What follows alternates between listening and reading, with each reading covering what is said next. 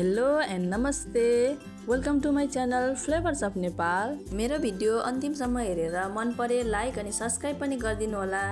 आज मैले ब्रेडको रसभरी कसरी बनाउने भन्ने भिडियो लिएर आएको छु। ब्रेडको रसभरी बनाउन चाहिँ एकदमै सजिलो अनि मिठो अनि छिटो पनि हुने गर्छ। हजुरहरू पनि एकचोटि ट्राई गर्नुहोला। त्यसको लागि मैले एउटा ब्रेडलाई लिएको छु। अब ब्रेडलाई चपबोर्डमा राखेर ब्रेडको चारै छेउको साइड काट्नुपर्छ।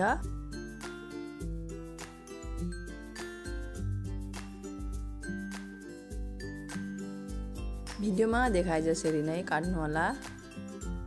आफूले चाहेको सेपमा काट्नुपर्छ। हजुरहरूलाई कस्तो सेप मनपर्छ त्यस्तै सेप काट्नु होला।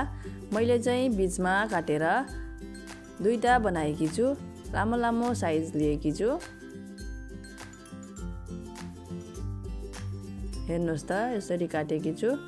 हजुरहरू आफ्नो इच्छा अनुसार गोलो, लामो, मिडियम जस्तो पनि बनाउन सक्नुहुनेछ। तर यो साइडको कालो भाग चाहिँ फाल्नुपर्छ। यसै गरी मैले सबै ब्रेड काटेर पनि भ्याइसकेँ। अब लागौँ है त ब्रेडलाई तार्नतर्फ। प्यानमा तोरीको तेललाई राखेँ। तेल तातिसकेपछि काटेर राखेको ब्रेडलाई पनि मजाले तेलमा राख्ने र पल्टाउँदै मजाले गोल्डन ब्राउन हुन्जेलसम्म ब्रेडलाई पकाउने। सबै ब्रेडलाई फर्काउँदै पकाउनु पर्छ। मिडियम फ्लेममा पकाउनु पर्छ। यतिको भइसकेपछि ब्रेडलाई निकाल्दैछु। यसै गरी सबै ब्रेडलाई मैले तार्दैछु।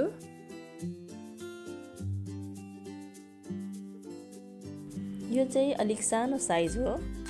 यसलाई पनि मजाले तार्दैछु। हेर्नुहोस् त, यतिको बनाउनु पर्छ। धेरै जलाउनु पनि हुँदैन। मैले चाहिँ दुईवटा साइज बनाएकी छु। अब चास्नी बनाउनतर्फ लागौँ है त। एउटा भाँडामा 2 कप पानी, 2 कप चिनीको बराबर पानी र चिनी बराबर राखेर 2टा सुकमेल 2टा ल्वाङलाई राखेर मैले मजाले उमाल्दैछु। रसभरीको चास्नी चाहिँ त्यति धेरै बाक्लो पनि हुँदैन। अब एकचोटि चेक गर्दैछु। हातमा राखेर 2 औँलाले छाम्दाखेरि च्याट जस्तो गरिसकेपछि चास्नी पनि तयार भयो।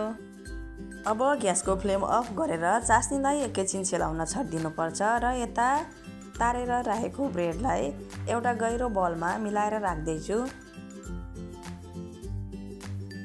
अब चास्नीलाई पनि माथिबाट राखिदिनुपर्छ। सबैतिर घुमाएर भिज्ने गरी राखिदिने। हेर्नुहोस् त, चास्नी परेपछि ब्रेड पनि फुल्दै गयो।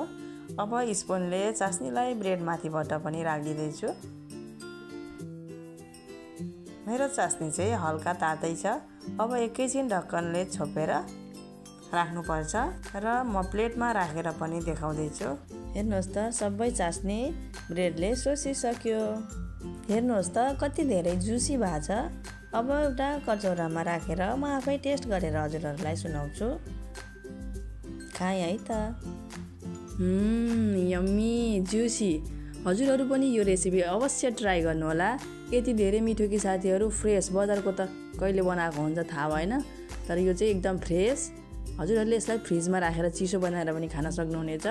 स्वाद पनि त्यतिकै मिठो। हजुरहरूले यो मिठाई खाएपछि बजारको मिठाईलाई बाई गर्नुहुनेछ। Thank you for watching. Keep supporting. Don't forget to subscribe my channel. Thank you.